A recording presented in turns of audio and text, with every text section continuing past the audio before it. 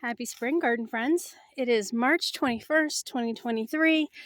And while I was here, I figured I would do a little before shot of the garden because I always forget to do that. Talk to you about what's going on, what the plans are, and what the 2023 garden season looks like. So, starting here on the left side of the garden, we have 2 rows that have been covered all winter. They are going to house my cool season seedlings that I wanted to get in the ground yesterday, but as you can tell, I was not feeling great. So I'm hoping to get them in the ground maybe tomorrow morning because we're in for some cloudy days and some rainy days, and that is ideal for transplanting.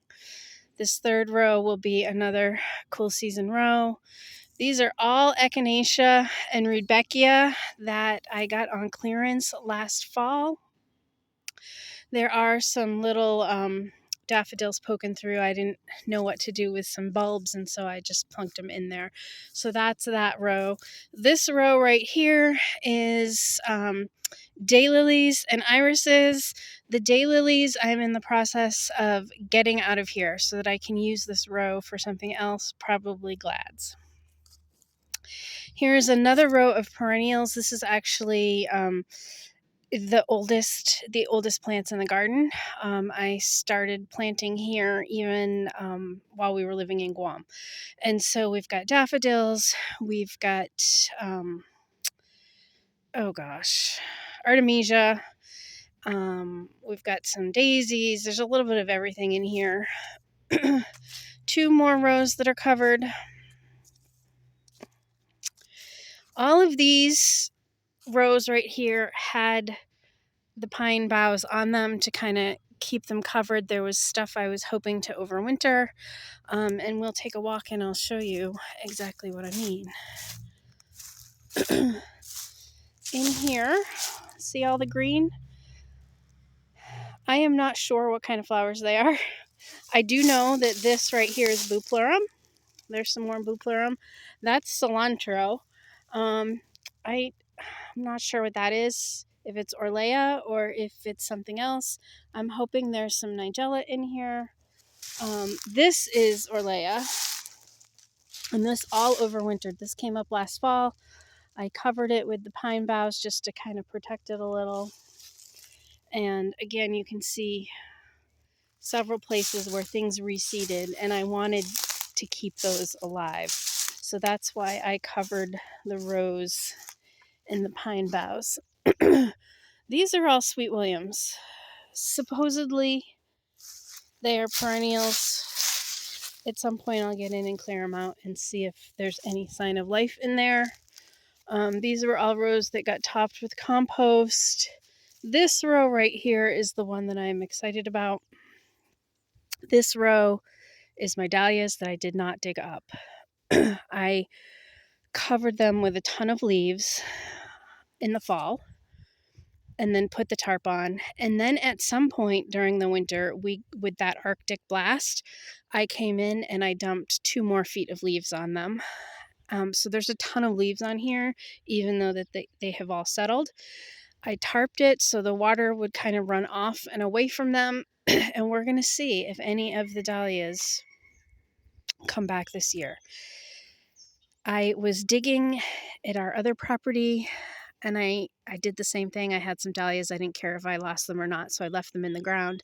And so I kind of dug around to see, and several of them were viable. So I've got my fingers crossed on that.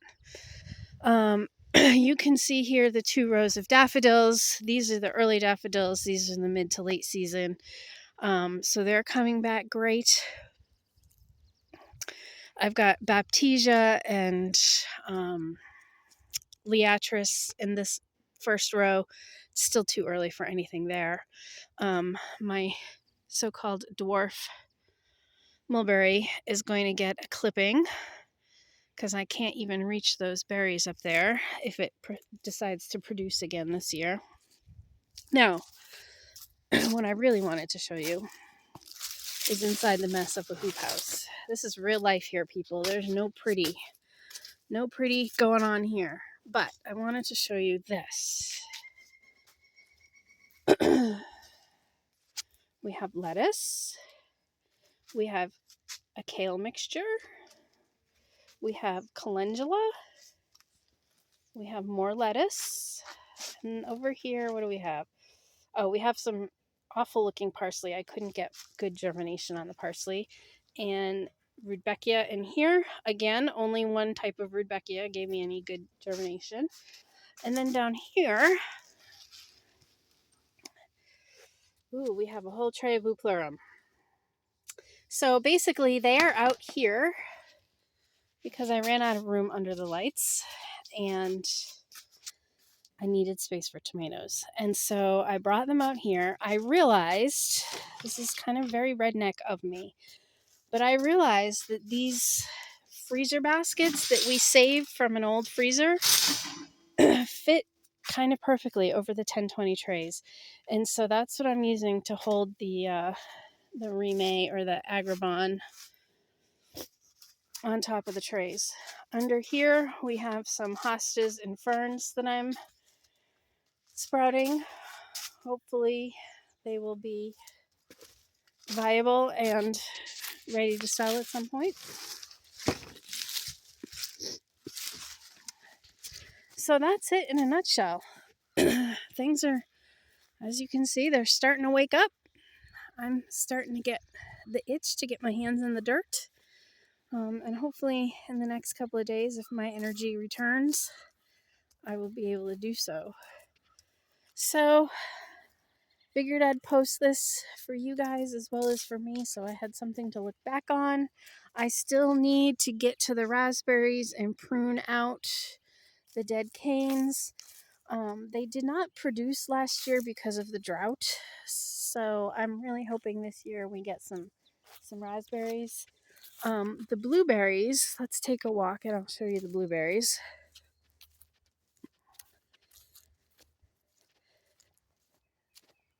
I'm going to have to get in here and do a little pruning, but it doesn't look like they need a ton. I gave them a good pruning last year.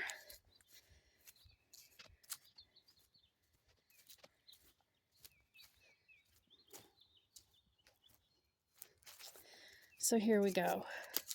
So this one looks like a couple of these older canes could be taken out, but some of them have seen better days and I'm trying to get them to produce new canes. This one's a good example. I've got, some older canes that are old and gray and aren't producing well. But if you look down, we've got some newer canes that are coming. And so these are the ones that I want to encourage because they will produce more than old canes.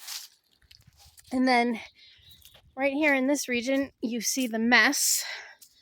This was an overgrown area of dead trees and sick trees. I mean, you can see this birch falling down, and this one's not much better. So the goal here is to clean out this area, get rid of all of the invasives, like this honeysuckle. And then my long-term plan for this area is to make it a winter interest garden because you can see it from the windows of the house. These two are apple trees. They will stay. They're not great apples, but they're good for vinegar. And so hopefully at some point we will get this area cleaned out and I can start planting. Over here, the pot nursery. This is where I put plants that I dug up last year. You can see, right, this is Anise hyssop that's coming back. Look how nice that one looks. So eventually I'll get in and clear the leaves out and see what came back and what didn't. But the leaves acted as insulation during the cold months. And most things in there are hardy to zone 4 or 3 even. So they should come back. Over here in front of the house, we have my grandmother's rose bush that I need to prune. We know that we're going to be doing some work on the house, and this whole area is just weeds. with the exception of, you can see the daffodils here. Those I had separated a couple years ago, so those aren't bad. But this whole area where you can see I've dug were literally thousands of daffodil bulbs. You can see I missed a bunch here, but you can see how close they're growing. They were not flowering at all. And so last year I did the bulbs that were on that end. This spring I did this. And so hopefully once these flower, if they're going to flower, some of them do have, I can see they are going to. I will dig these up and move them as well, so that first of all we can get rid of all of the weeds in this area. It's terribly overgrown with weeds, so I want to get rid of those and then start with a clean slate. So some of the daffodils I didn't have room for, and I just put them in grow bags. So hopefully, oh look, this one is going to blossom. And look, there's more over there. And these are just the ones that I didn't get into the ground. So there's more that went into the ground than didn't. This is my little herb garden, which there are non-herb things in here now. I've got some hyacinth going. This is a yellow rose bush. Yellow roses were my grandmother's favorite, and so I wanted that front and center. And then you can see the little green around there. That's all horehound. I am hoping that the lavender will come back. It was looking good for most of the winter and then not. So we're going to see the lamb's ear. I tried to get in here the other day and kind of take out the yuck from last year, but you can see that's growing back too. So things are starting to wake up. I've got some pots here that I planted up in the fall and put in the garden, and decided it was time to bring those babies out. So that's what's going on here. Lots of anise hyssop in here that's coming back. You can see these beautiful purple leaves, and that's the anise hyssop. And look at my bargain Home Depot purchases from Christmas leftovers. So they're fine. They're doing well. I'm going to get them potted up into bigger pots. And eventually they are going to go over in the winter garden area. And this mess right here and this mess right here are all hostas. They are basically, especially this bed. This bed is like full on sun in the summer. It's an awful spot for them. I don't know why my grandparents planted them here, but they're going to be gone. So you can see we've got piles everywhere. It's time to, it's that time of year, right? Where you start cleaning up and then it gets cold and you stop in your tracks. But a little at a time. I'm especially happy with the lilacs. This whole area from here right down to there is all lilacs. 2 years ago, they were all reaching up to the attic window. They were that tall and overgrown and sick. And so we came in and cleared out what we could. They're very crowded now, well, I don't know if you can see or not, but there's a ton of lilacs in here. So I've begun digging them up, giving them new homes, making room so that the ones that are left are healthy. And I think this year we're going to have some good blooms. Last year we didn't have any because they had gotten cut the year before, which I knew was going to happen. But hopefully this year we'll get some good blooms and we'll get some healthier lilacs out of the deal. So that's what's going on here. Hopefully it won't be too long before I talk to you again, because, before we know it, we're going to be in the height of the growing season, and I can't wait. Let me know in the comments what you're growing and how things are going in your garden.